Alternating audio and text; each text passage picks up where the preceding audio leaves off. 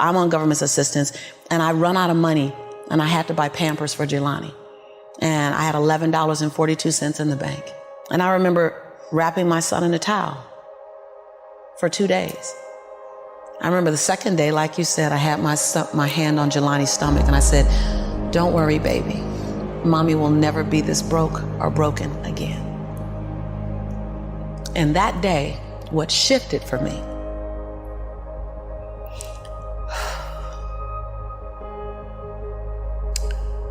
was I was willing, and I don't know if this is going to sound crazy, I was willing to completely die to any form of me that I had been so that I can birth the woman that I was becoming.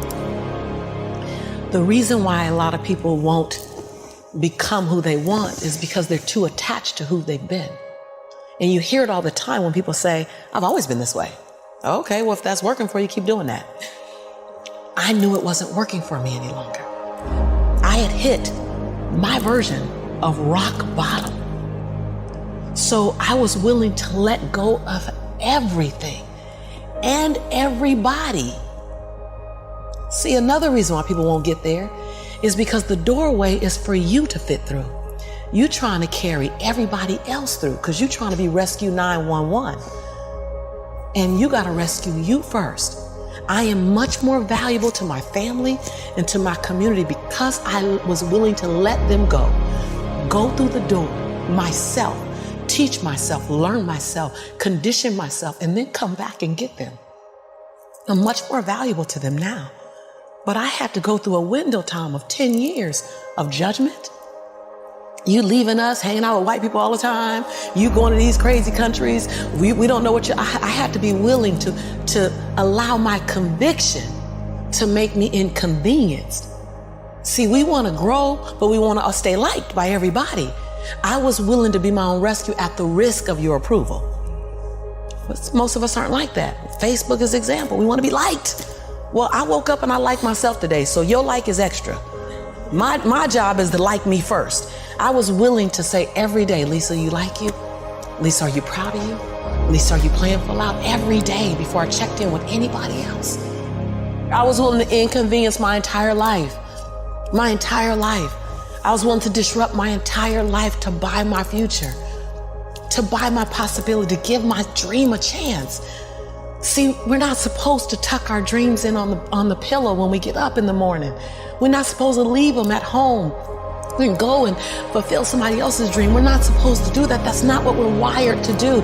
That's not who we are. Your human spirit doesn't care about the economy. The human spirit doesn't care that my son's father went to prison. The human spirit doesn't care what's happened to your family. The human spirit doesn't care about the past. You may have been molested, or your family may have been broke, or you may have been betrayed, or you may have a divorce. Your human spirit doesn't care about any of that. Your human spirit simply says, "What's our command for tomorrow? What do you want to create?" It's not keeping score. Your brain is keeping score because your brain is designed to keep you safe. Your soul, your intuition, your human spirit is designed to make you soar. When you get to the edge, your brain will always tell you to step back. It's always going to tell you to step back.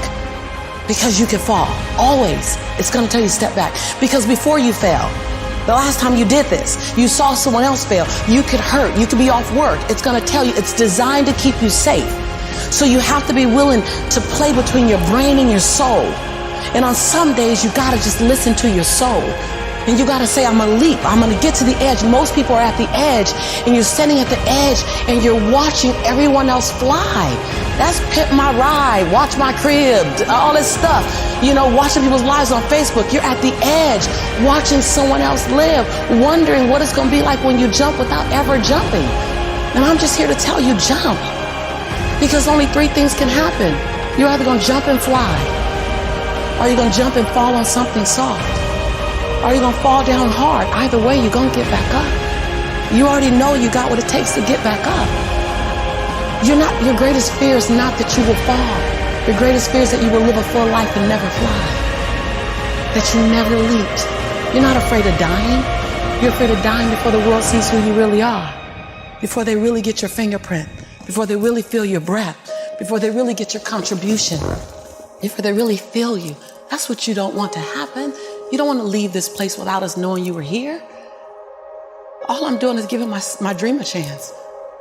And I'm not extraordinary. You don't get off the hook. You don't get to be let off the hook. I'm an ordinary woman who chooses every day to make one more extraordinary decision.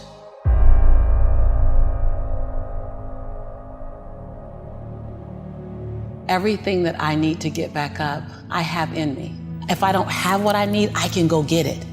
Once I figured that out, the world was my playground. The question was just, where do I go get it? I don't know about that. Where do I go get it? Right. And I don't come from a learning background where I was a great student. I wasn't, my highest grade in school was a C+. And when I got a C+, I did the happy dance. And so I didn't have a background where studying was natural for me. But when I realized that if I go study something and I learn it, I own it, it's mine now, man, it was crazy because all through school I struggled. The last time I took an English class, my English teacher told me I was the weakest writer she ever met in her entire life. Lovely. Yeah, lovely. And the same year I took a speech class, and my speech teacher, he said, quote unquote, Miss Nichols, I recommend you never speak in public, that you get a desk job. Oh. And so That's mean. Yeah, it's just, it was demotivated people, sad people hurt. Sad people make other people sad. Hurt. Bottom line, don't take it personal, hurt people hurt. See, most people want the convenience of transformation without the inconvenience required for transformation. So my grandmother says, and I love to repeat this, your conviction, what you're passionate about, your conviction and your convenience don't live on the same block. They ain't even in the same zip code. So if you want to have a conviction for something, you have to sign up to be inconvenienced.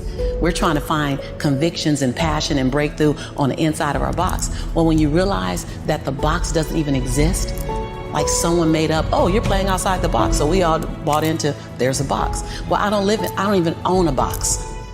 I don't even want to get in your box. You better come out here because I ain't getting in there. And so when you start thinking like that, Tom, all of a sudden, everything is possible. So I disrupt people when I say, you want to make me extraordinary, because it lets you off the hook. What if the God that we call God, the divine, whatever your faith is, what if there's no partial? It's not going to give me a hookup and not give you one. Not going to give me an opportunity and not give you one. I'm just going to go after it. If I die, I'm going to die on a treadmill, like Will Smith said. I'm going to be on the treadmill running. I'm just not going to stop, because I believe all things are available to us. I'm just willing to go after them. Are you willing? And then that is so disruptive, because then you got to make a decision. Because it's easier to live inside the parameters of, well, as a black woman, well, as born and raised in South Central, well, I'm dyslexic. I wrote 7 books, I'm dyslexic. So just knowing, I'm not perfect. What I do really well is I manage my imperfection well. And so we're all waiting for perfect. It's an illusion that will never come to you, and it's an excuse to never show up and play. Your story is not meant to be your fortress. Your story is meant to be your fuel. Any story. Like the beauty of me being one of the top 1% earners in America is that I was on government's assistance. Right. That's the beauty. Come on, it wouldn't be a big deal if my family was rich or whatever. I'm supposed to do something. The beauty is that when you show the little engine that could story, I'm not gonna run fast, but I ain't gonna stop running. I might slow down and have to breathe and catch my breath, but I'm not stopping, because I believe all things are available to all of us. And good people should do well, because when good people do well, good people just do more good in the world.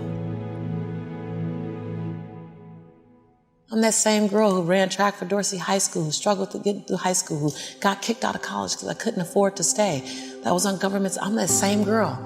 I don't forget her. I'm also that same woman who runs a multi-million-dollar business. I'm also the same woman who has 7 bestsellers. I own both of those. I own all of it. I don't shrink to my greatness, and I don't live in my saga and my sorrow.